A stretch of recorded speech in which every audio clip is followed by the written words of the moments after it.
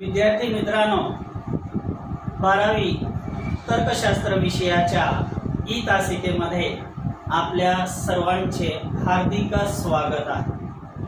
विद्यार्थी मित्रांनो, आजच्या तासिकेमध्ये आपल्याला एक छोटासा घटक अभ्यासायचा आहे, ज्या संबंधी आपल्याच विद्यार्थी मित्रांनी मला संदेश पाठवला होता की प्रकरण क्रमांक 5 मध्ये समाख्य हे प्रकरण एक एक मुद्दा घेऊन समजावून देण्यात यावे।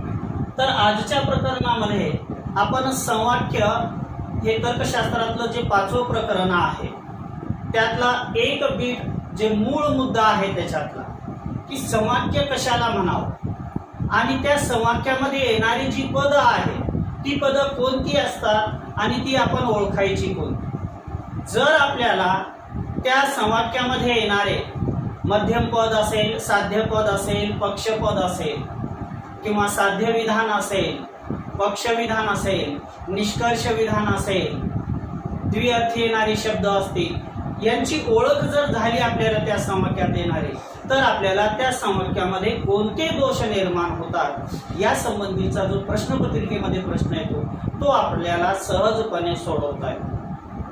मग आता समाख्य हे जे प्रकरण आहे यामध्ये समाख्याची व्यवस्थित मांडणी जर कोणी केली असेल तर समाख्याची व्यवस्थित मांडणी विद्यार्थी मित्रांनो एरिस्टॉटलने केलेली आहे। कोणत्या विचारवंताने केलेली आहे?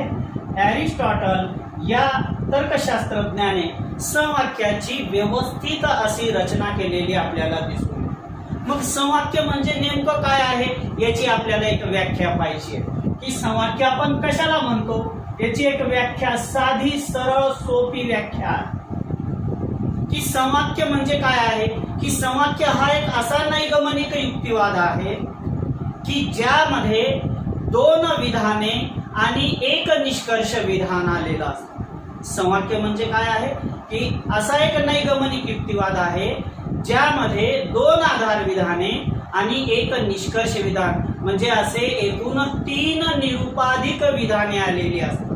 म्हणजे 3 निरुपाधिक विधाने आणि 3 पदे यांचा मिळून समाख्य बनलेला असतो। मी काय म्हणतो की समाख्य म्हणजे काय आहे? 3 निरुपाधिक विधान, 3 निरुपाधिक विधाने त्यामध्ये येतात आणि त्याच सोबत त्याच्यामध्ये 3 पदे येत असतात। 3 पदे, आता पदे कोणती? उद्देशपद, विधेयपद आणि या समाख्यामध्ये येणारी पदे आहेत। तर 3 पदे ज्या निरुपाधिक युक्तिवादामध्ये 3 निरुपाधिक विधाने येतात आणि त्यासोबत 3 पदे येतात त्याला आपण समाख्य असं म्हणतो। त्याला आपण काय म्हणतो? समाख्य असं म्हणतो। आता समाख्यामध्ये हे जे 3 पदे आहेत ही 3 पदे आहेत, यातील कोणतंही जे एक पद आहे विद्यार्थी मित्रांनो ते एक पद त्या युक्तिवादातील त्या समाख्यातील कोणत्याही 2च विधानांमध्ये असतं। कोणत्याही 2च विधानांमध्ये ते पद आलेलं असतं। त्या 3 पदापैकी कोणतंही पद हे तिन्ही विधानांमध्ये येत नाही। प्रत्येक पद हे त्या समाख्यातील कोणत्याही 2 विधानांमध्ये येतं। एक तर ते 2 आधार विधानांमध्ये येतं किंवा मग ते निष्कर्ष आणि आधार विधानातील कोणत्याही एका विधानामध्ये, म्हणजे जे 3 निरुपाधिक विधाने समाख्यामध्ये येत असतात त्या 3 निरुपाधिक विधानापैकी कोणत्याही 2 विधानांमध्ये एक पद आलेलं असतं। त्या 3 पदापैकी कोणतंही पद हे तिन्ही विधानांमध्ये येत नाही। ते समाख्य अशी त्याची अशा पद्धतीने त्याची रचना केलेली असते। आता समाख्य ज्याची मांडणी आपण पाहिलं की ज्याची मांडणी विद्यार्थी मित्रांनो व्यवस्थित मांडणी एरिस्टॉटलने केलेली आहे। मग समाख्य हा कशाचा प्रकार आहे? तर समाख्य हा व्यवहित अनुमानाचा प्रकार आहे। समाख्य हा कशाचा प्रकार आहे? व्यवहित अनुमानाचा प्रकार आहे, अव्यवहित अनुमानाचा प्रकार नाही। ऑब्जेक्टिव्ह साठी आपण लक्षात ठेवावं की समाख्य हे कोणत्या अनुमानाचा प्रकार आहे? व्यवहित अनुमानाचा प्रकार आहे।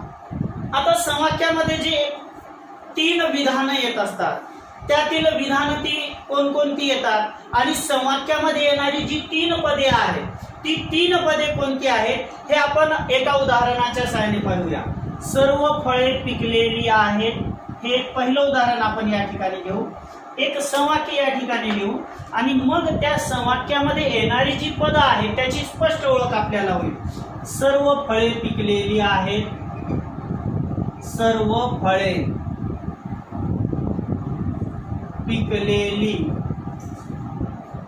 आहेत, हे पहिलं आधार विधान आहे मित्रांनो समाख्यामध्ये. सर्व फळे पिकलेली आहेत. दुसरं आहे सर्व सफरचंद फळे आहेत, सर्व सफरचंद फळे आहेत, सर्व सफरचंद फळे आहेत, हे दुसरं आधार विद्यार्थी मित्रांनो. आता तिसरं विधान आणि शेवटचं विधान येईल ते येईल निष्कर्ष विधान. म्हणून आपण याच्या ठिकाणी चिन्हही काढू शकतो. सर्व सफरचंद पिकलेली आहे, सर्व सफरचंद पिकलेली आहे.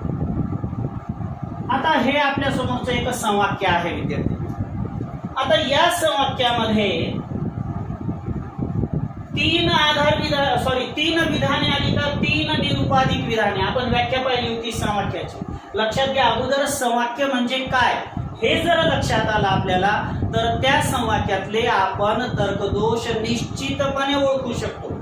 तो तर्कदोष कोणता आहे आणि तो तर्कदोष का घडला हेही आपण निश्चितपणे जाणून घेऊ शकतो. म्हणून आपण अगोदर समाख्य म्हणजे नेमकं काय असतं, कोणती पदे येतात, कशी येतात, त्यांची ओळख काय आहे हे आपण करून घेऊ विद्यार्थी. आपल्याला जर मराठी बोलायचं असेल तर त्याची मराठीतली मूळ अक्षरे आपल्याला आली तर आपण मराठी एकदम व्यवस्थित बोलू शकतो. मूळ अक्षरेच आपल्याला मराठीतली माहित नाही तर आपण मराठी भाषेतले शब्द उपयोगात आणून बोलू शकत नाही, संवाद करू शकत नाही. तसं इथं समाख्याची व्याख्या पाहत असताना आपण काय पाहिलं की समाख्य म्हणजे असं एक नैगमनिक युक्तिवाद आहे की ज्यामध्ये 3 निरुपाधिक विधाने येतात आणि 3 पदे येतात, ज्यामध्ये 2 घटक येतात. कोणते? एक तर आहे 3 निरुपाधिक विधाने येतात आणि दुसरं आहे त्यामध्ये 3 पदे येतात. आता आणखीन एक गोष्ट पाहिली की त्या 3 पदामधलं कोणतंही पद हे फक्त 2 आधार विधानांमध्येच असतं. आता इथं पद कोणकोणती आहेत विद्यार्थी मित्रांनो लक्षात घ्या. पहिलं पद पहा फळे, दुसरं पिकलेली, तिसरं सफरचंद, चौथं फळे. इथं सफरचंद आणि इथं पिकलेली ही पदे आहेत. आता यातलं प्रत्येक पद हे कोणत्याही 2च आधार विधानात येतं, तिसऱ्या आधार विधानात येत नाही. आपण इथं लक्ष द्या, फळे हे पद पकडा, पहिलं पद. फळे हे पद 3 आधार विधानात आहे का 2 पहा. इथं एक आहे, या दुसऱ्या आधार विधानात एक आहे, तिसऱ्या आधार विधानात नाही. म्हणजे फळे हे पद फक्त 2च आधार विधानात आलेलं आहे. फळे हे पद तिसऱ्या आधार विधान त्या समाख्यातील तिसऱ्या विधानामध्ये आलेलं नाही. दुसरं पद घ्या पिकलेली. पिकलेली हे पद इथं एक आहे, पहिल्या विधानामध्ये एक आहे आणि शेवटच्या निष्कर्ष विधानामध्ये एक आहे. दुसऱ्या विधानामध्ये पिकलेली हे पद आलेलं नाही. म्हणजे आपण जे म्हटलं की 3 पदे असतात आणि त्यापैकी प्रत्येक पदे फक्त 2 विधानात येतं, इथपर्यंत खरा. तिसरं पद घ्या सफरचंद. सफरचंद हे पद क्रमांक 2च्या विधानामध्ये आहे आणि निष्कर्ष विधानामध्ये आहे. पहिल्या विधानामध्ये सफरचंद हे पद आलेलं नाही, म्हणजे हे पद सुद्धा फक्त 2च विधानात आलेलं आहे. पिकलेली हे पद इथं आहे आणि या पहिल्या विधानात आहे. म्हणजे आपण जी व्याख्या पाहिली की समाख्य म्हणजे नेमकं काय आहे की 3 निरुपाधिक विधाने ज्यामध्ये येत असतात आणि ज्यामध्ये 3 पदे येत असतात त्याला आपण समाख्य असं म्हणतो. आणि ती 3 पदापैकी कोणतंही पद हे फक्त 2च विधानांमध्ये येतं, 3 विधानांमध्ये येत नाही. आता यामध्ये येणारी पदे कोणकोणती असतात ते आपण पाहूया अगोदर. त्याला आहे अगोदर साध्य पद. समाख्यामध्ये येणारी पद कोणती आहेत? साध्य पद विद्यार्थी मित्रांनो. दुसरं पद आहे पक्षपद. दुसरं पद कोणतं आहे?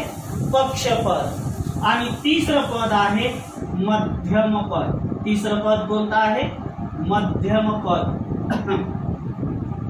तिसरं पद आहे मध्यम पद. ही 3 पद समाख्यामध्ये येत असतात.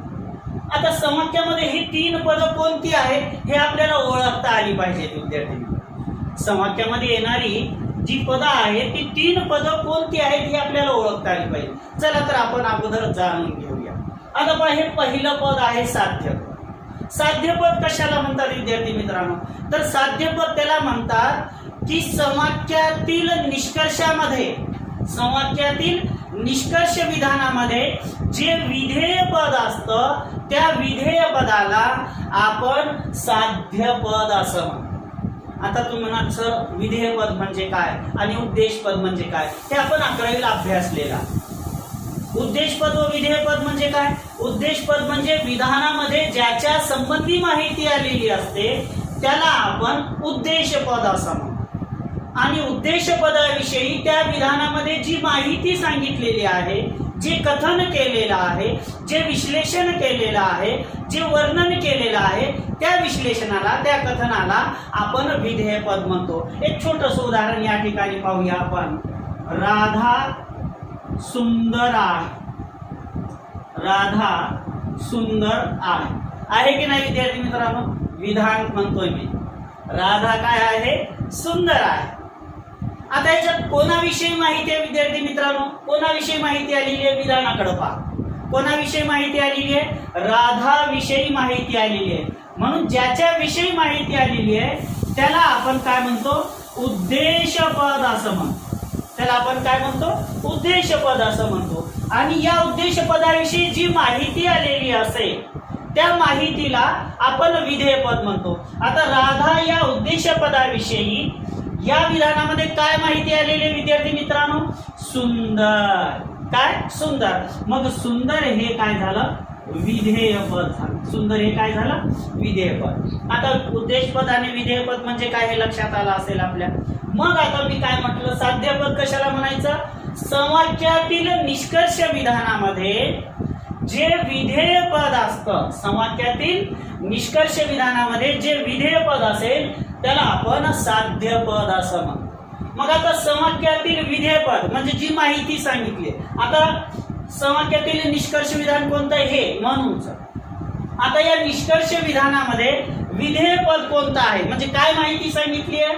उद्देश पदाविषयी. उद्देश पद काय आहे? सफरचंद. काय माहिती आहे उद्देश पदाविषयी? पिकलेली.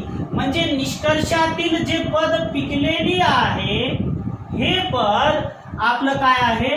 साध्य पद आहे. काय आहे? साध्य पद आहे. निष्कर्षातील विधेय पदाला, निष्कर्ष विधानातील समाख्यामध्ये जे निष्कर्ष विधान असतं त्या निष्कर्ष विधानामध्ये जे विधेय पद असतं त्या विधेय पदाला साध्य पद असं म्हटलं जातं. आणि साध्य पद हे सा या अक्षराने दर्शवलं जातं. साध्य पद कोणत्या अक्षराने दर्शवलं जातं? सा या अक्षराने दर्शवलं जातं. आता हे झालं पहिलं विद्यार्थी मित्र. आता आपल्याला दुसरं पाहूया. पक्षपद म्हणजे काय पाहू. समाख्यामध्ये जो निष्कर्ष विधान आहे, समाख्यामध्ये जो निष्कर्ष विधान आहे त्या निष्कर्ष विधानातील उद्देश पदाला म्हणजे ज्याच्याविषयी माहिती आलेली आहे त्याला निष्कर्ष विधानातील उद्देश पदाला पक्षपद असं म्हटलं जातं. आता या निष्कर्ष विधान कोणतं आहे? त्याच्यातील विधेय पदाला काय म्हटलं? साध्य पद असं म्हटलं. त्याच्यातील विधेय पदाला काय म्हटलं विद्यार्थी मित्रांनो? साध्य पद असं म्हटलं. आता या निष्कर्षातील उद्देश पद कोणतं आहे? कोणाविषयी माहिती आहे? निष्कर्ष विधान हे कोणाविषयी माहिती आहे विद्यार्थी मित्रांनो? अगदी बरोबर आहे, सफरचंदाविषयी माहिती आहे. म्हणून सफरचंद हे या समाख्यातलं पक्षपद झालं. सफरचंद हे या वाक्यातलं काय झालं? पक्षपद झालं विद्यार्थी. आता ही दुसरी गोष्ट झाली. आता उरलं तिसरं पद समाख्यामध्ये येणारं मध्यम पद. मध्यम पद कशाला म्हणायचं? की मध्यम पद म्हणजे विद्यार्थी मित्रांनो असं पद की जे 2 आधार विधानांमध्ये येतं. लक्षपूर्वक आहे का? मध्यम पद म्हणजे समाख्यात येणारं असं पद आहे की जे 2 आधार विधानांमध्ये येतं आणि ते पद निष्कर्षात येत नाही. मग आपण अगोदर पाहूया. फळे पहिल्याही आधार विधानात आहे, हे पद आणि दुसऱ्याही आधार विधानात आहे. निष्कर्ष विधानात फळे हे पद आलेलं आहे का? नाही. म्हणून या समाख्यामध्ये फळे हे जे पद आहे, या फळे या पदाला आपण मध्यम पद असं म्हणतो. फळे या पदाला काय म्हणतो आपण?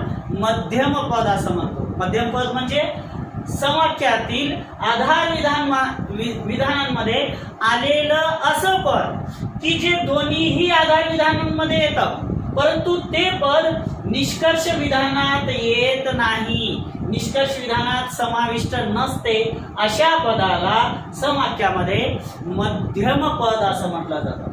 अशा पदाला समाख्यामध्ये काय म्हटलं जातं? मध्यम पद असं म्हटलं जातं. आता हे झालं 3 पद पाहिजे. आता समाख्यामध्ये येणारी 3 विधानं आहेत. एक आहे साध्य विधान, एक आहे साध्य विधान, दुसरा आहे पक्ष विधान, दुसरा आहे पक्ष विधान, आणि तिसरं विधान येतं निष्कर्ष. ही 3च विधानं समाख्यामध्ये येतात, 3च विधानं येतात. आता ही 3 विधानं कुठं कुठं येतात? निष्कर्ष विधान कोणतं आहे आपल्याला लक्षात येतं, पण साध्य विधान कशाला म्हणावं आणि पक्ष विधान कशाला म्हणावं याची व्याख्या साधी सरळ सोपी आपण पाहूया. की साध्य विधान त्याला म्हणता येतं की समाख्यातील निष्कर्षामध्ये जे विधेय पद आहे, समाख्यातील निष्कर्षामध्ये जे विधेय पद आहे ते आधार विधानात जिथं असेल, समाख्यातील निष्कर्षामध्ये असलेले विधेय पद हे म्हणजेच कोणते पद? साध्य पद हे समाख्यातील निष्कर्षामध्ये आलेले, समाख्यातील कुठे आलेले? निष्कर्षात आलेले साध्य पद म्हणजेच विधेय पद हे साध्य पद आधार विधानात जिथं असेल. आता साध्य पद कोणतं आहे? पिकले. आधार विधानात कोणत्या विधानात आहे? इथं. मग या विधानाला आपण साध्य विधान असं म्हणतो. या विधानाला आपण काय म्हणतो? साध्य विधान असं म्हणतो. निष्कर्ष विधानातील साध्य पद पिकलेली ज्या आधार विधानात असेल त्या आधार विधानाला आपण साध्य विधान असं म्हणतो. त्या आधार विधानाला आपण काय म्हणतो? साध्य विधान असं म्हणतो. हे झालं पहिलं. आता पक्ष विधान कशाला म्हणायचं? निष्कर्षात जे पक्षपद आहे, पक्षपद इथं काय? सफरचंद. हे पक्षपद आधार विधानामध्ये जिथं असेल, ज्या विधानात असेल त्या विधानाला आपण पक्ष विधान असं म्हणतो. त्या विधानाला आपण काय म्हणतो? पक्ष विधान म्हणतो. मग पक्षपद आधार विधानात कुठं आहे? पहा इथं आहे. म्हणून हे विधान कोणतं झालं? पक्ष विधान झालं. कोणतं विधान झालं विद्यार्थी मित्रांनो? पक्ष विधान झालं. अगोदर दुसरं झालं. आता तिसरं घेऊया निष्कर्ष विधान. तिसरं म्हणून पासून जे आलेलं आहे याला आपण निष्कर्ष विधान असं म्हणतो. याला आपण काय म्हणतो विद्यार्थी मित्रांनो? निष्कर्ष विधान असं म्हणतो. याला काय म्हणतो? निष्कर्ष विधान असं म्हणतो. हे अशा पद्धतीनं समाख्याची रचना असते की समाख्यामध्ये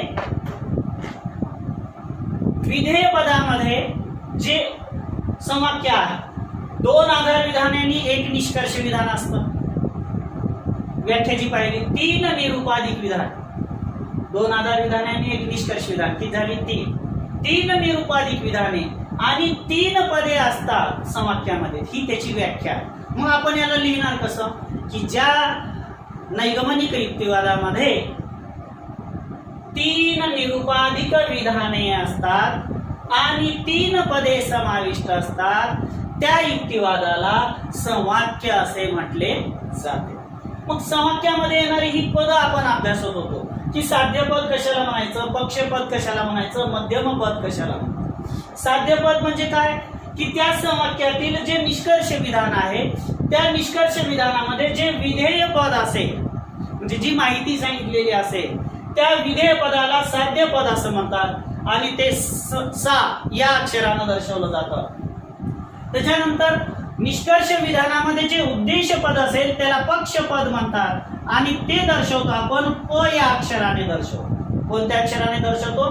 प या अक्षराने दर्शवतो. आणि 2 आधार विधानामध्ये आलेलं पद, 2 आधार विधानात आलेलं पद, जे पद निष्कर्ष विधानामध्ये नसतं परंतु ते दोन आधार विधानांमध्ये आलेलं असतं, त्याला आपण मध्यम पद असं म्हणतो. आणि मध्यम पद आपण म या अक्षराने दर्शवतो. मध्यम पद कोणत्या अक्षराने दर्शवतो? म या अक्षराने दर्शवतो. साध्य पद सा अक्षराने दर्शवलं जातं. सा म्हणजे साध्य पद लक्षात ठेवायचं आपण. पक्षपद हे प या अक्षराने दर्शवलं जातं. प म्हणजे पक्षपद हे लक्षात ठेवावं. आणि मध्यम पद हे म या अक्षराने दर्शवलं जातं. म म्हणजे मध्यम पद लक्षात ठेवा. आता साध्य विधान कशाला म्हणायचं या तीन विधानांपैकी? की निष्कर्ष विधानातील साध्य पद हे ज्या आधार विधानात असेल, साध्य पद पिकलेली ज्या आधार विधानात आहे त्या विधानाला आपण साध्य पद म्हणतो.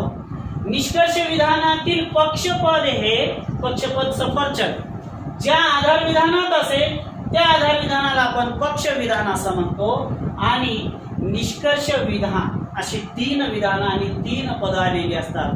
अशा पद्धतीने हे संवाक्य म्हणजे काय हे आपल्याला लक्षात घ्यावं. जेव्हा आपल्याला साध्यपद, पक्षपद, मध्यम पद, साध्य विधान, पक्ष विधान आणि निष्कर्ष विधान हे 6 घटक लक्षात येते, त्यावेळेला त्या संवाक्यात आलेला दोष आपल्याला निश्चितच ओळखता येतो विद्यार्थी. म्हणून आजच्या तासिकेमध्ये हे लक्षात घ्या.